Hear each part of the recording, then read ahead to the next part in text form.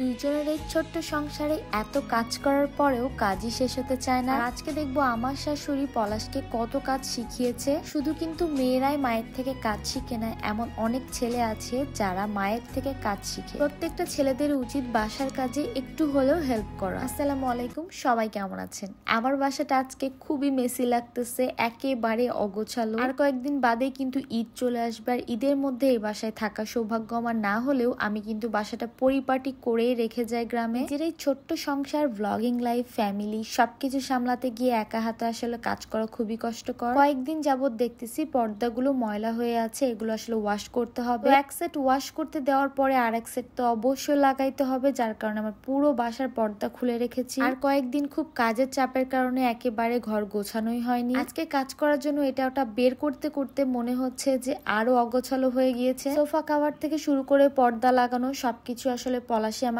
অনেক বেশি হেল্প করে। দেখা যায় যে পর্দা যদি আমি লাগাইতে যাই তাহলে আমি হাতে পাই না, অবশ্যই আমাকে চেয়ারের উপরে দাঁড়াইতে হয়। কিছু মিলিয়ে কাজটা আসলে করা খুব কষ্টকরই হয়ে যায়। এইগুলো আমি ওয়াশ করতে দিব, যার কারণে একেবারে ব্যাগে রেখে দিলাম। আর এখন যেহেতু আমরা নতুন পর্দা অর্ডার করেছি, ভাবছিলাম বাসার কালারটা চেঞ্জ করে তারপর নতুন পর্দা নিব, কিন্তু সামনে যেহেতু ঈদ, এত তাড়াতাড়ি এত কিছু করা সম্ভব না, তাই আগে অর্ডার করে ফেলেছি। এখানে আছে অনেকগুলো পর্দা, আমার পুরো বাসাতেই যেহেতু লাগাবো তাই সবগুলোই ছিল। সবগুলো পর্দা আমি অর্ডার করেছিলাম bedding material spot Facebook page থেকে। অবশ্যই ক্যাপশনে পেজটা মেনশন করা থাকবে, যাতে আপনারা নিজের পছন্দ মতো আরো অনেক বিভিন্ন পর্দা বেডশিট আছে চয়েস করে নিতে পারবে। আমার শাশুড়ি কিন্তু তার ছেলেকে কোনো কাজ করতেও দেয়নি বা শিখায়ও নি। সে তার বাবা মার খুবই আদরের একটা ছেলে। 5 বছর বয়সে তার বাবা রেখে চলে গিয়েছিল প্রবাসে, সেই থেকে সে আদরেই বড় হয়েছে। তবে বিয়ের পরে আস্তে আস্তে পলাশ অনেক কাজে আমাকে হেল্প করে আর অনেক কাজ শিখেও গিয়েছে। আমি আগে আমার ঘর বাড়ি সুন্দর মতো টিপটাপ করে রাখতাম,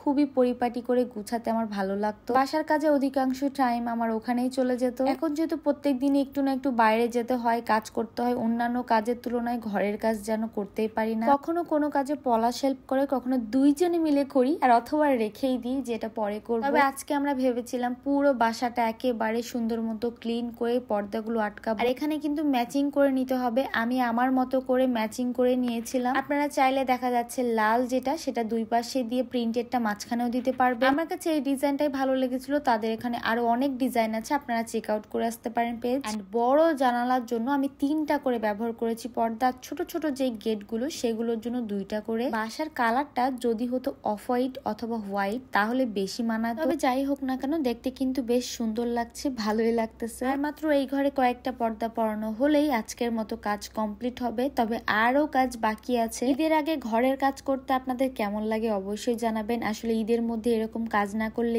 ঈদ ঈদ ফিল হয় না। ফাইনালি আমার পর্দা লাগানো একদম কমপ্লিট, দেখতে কিন্তু মাশাআল্লাহ অনেক সুন্দর লাগছে। তবে একটা জিনিস খুবই আফসোস হয়, এইরকম করে সাজিয়ে গুছিয়ে সংসারটা রেখে গ্রামে ঈদ করতে চলে যেতে হয়। মানে এখন আমার 2টা বাড়ি, একটা বাড়ি শহরে, একটা বাড়ি গ্রামে। এখানে সুন্দর মতো কাজ করে গুছিয়ে রেখে তারপর আবার গ্রামে গিয়ে সেই রকম করে গুছাইতে হয়। সুন্দর মতো গুছিয়ে রাখা এই সুন্দর পরিপাটি করা সংসারটা কেমন লাগছে অবশ্যই কমেন্টে জানাবে। আর তাদের পর্দার এই কাপড়গুলো খুবই প্রিমিয়াম কোয়ালিটির ছিল, দেখতেও যেমন গ্লেজ দিচ্ছে, কাপড়টা হাতে নিলেও বুঝতে পারবেন কতটা ভালো। অবশ্যই পেজ ভিজিট করে আসবেন, সেখানে কিন্তু এই ধরনের আরো অন্যান্য অনেক পর্দা আছে, সেগুলো অর্ডার করে ফেলবেন। নিজের ঘরে কোনটা মানাবে, কোনটা বেশি সুন্দর লাগবে সেটা নিজেই বোঝা যায়। আমার ঘরটা কেমন লাগছে অবশ্যই কমেন্ট করবেন। দেখা হয়ে যাবে আবার আপনাদের সাথে নেক্সট ভিডিওতে। সেই পর্যন্ত সবাই ভালো থাকবেন, সুস্থ থাকবেন, আর আমাদের জন্য বেশি বেশি দোয়া করবেন।